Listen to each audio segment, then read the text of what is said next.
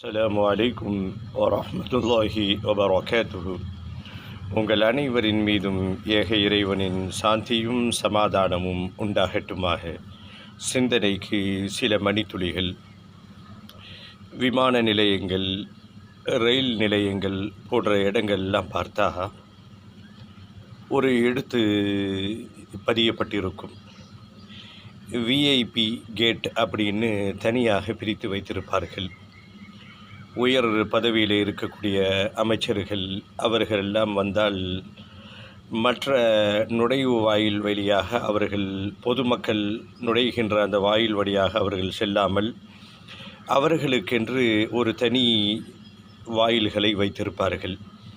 VIP gate அப்படின்னு அதில் பதிக்கப்பட்டிருக்கும்.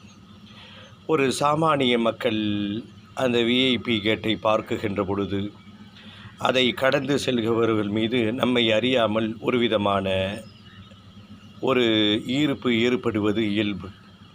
இவர்களெல்லாம் கொடுத்து வைத்தவர்கள், தனி பாதை, தனி பாதுகாப்பு என்றெல்லாம் மனம் அலைபாய்வது மனிதனுடைய இயற்கையான குணங்களிலே ஒன்று.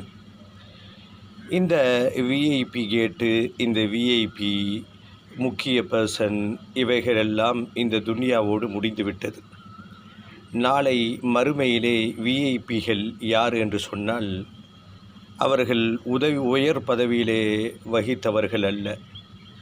சாமானிய மக்கள் கூட மறுமையிலே விஐபிகளாக மாறலாம். அவர்களுக்கு 2 தன்மைகள் தேவைப்படுகிறது. ஒன்று, இறைவனை நம்பிக்கை கொண்டிருக்க வேண்டும். அடுத்ததாக நல்லறங்கள் புரிந்திருக்க வேண்டும். எந்தெந்த நல்லறங்களிலே அவர்கள் கொஞ்சம் அதிகமாக ஈடுபடுகிறார்களோ அவர்களுக்கென்று விசேஷமான நுழைவு வாயில்கள் இருக்கிறது என்று மார்க்கம் சொல்கிறது.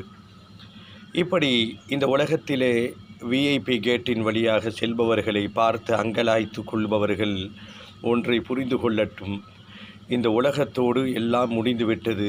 நாளை மறுமையிலே விஐபிகளாக உலா வருபவர்கள், உயர்ந்த அந்தஸ்தை பெறுபவர்கள் ஈமான் கொண்டு நல்லறங்கள் புரிந்தவர்கள்தான்.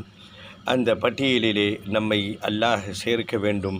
அப்படி சேர்த்திருந்தால் அதிலே நிலைத்திருப்பதற்கு இறைவனிடத்திலே பிரார்த்தனை செய்ய வேண்டும்.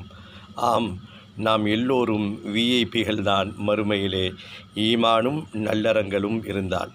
புரிந்து கொள்வதற்கு இறைவன் அருள் புரிவானாக.